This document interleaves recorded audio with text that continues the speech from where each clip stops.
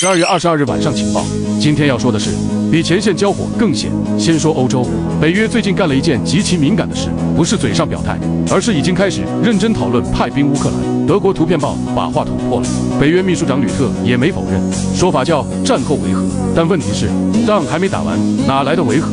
英国首相斯塔默态度很积极，葡萄牙总理黑山也刻意留了口子，细节还在谈，但方向已经很清楚了。北约正在拼一个意愿联盟，这一步真正危险的地方不在人数，而在于他第一次默认欧洲军队可以直接站在俄乌战场边缘，这不是升级，是改规则，再把视线挪到法国。法国这次不是表态，是直接甩钱。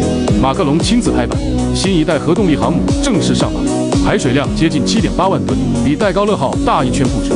关键不在吨位，而在配置，直接上美国同款电磁弹射，能装40多架战机，阵风 M、未来无人机全都歼。2038年形成战斗力，这事儿的核心不是法国强了，而是法国在抢欧洲海军的主导权。一旦成型，欧洲海上力量结构会被重排。第3个火点在加勒比海，这里不是主战场，但经常用来是底线。美国海岸警卫队又扣了1艘船，已经是近期第3艘了。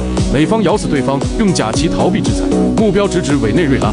白宫其实早就承认他们在拦截运油船，而特朗普的话更直接，不排除动武。这里的危险不在1艘船，而在于美国正在把制裁往军事行动方向推。最后看中东这边的局势，正在逼近一个不可逆点。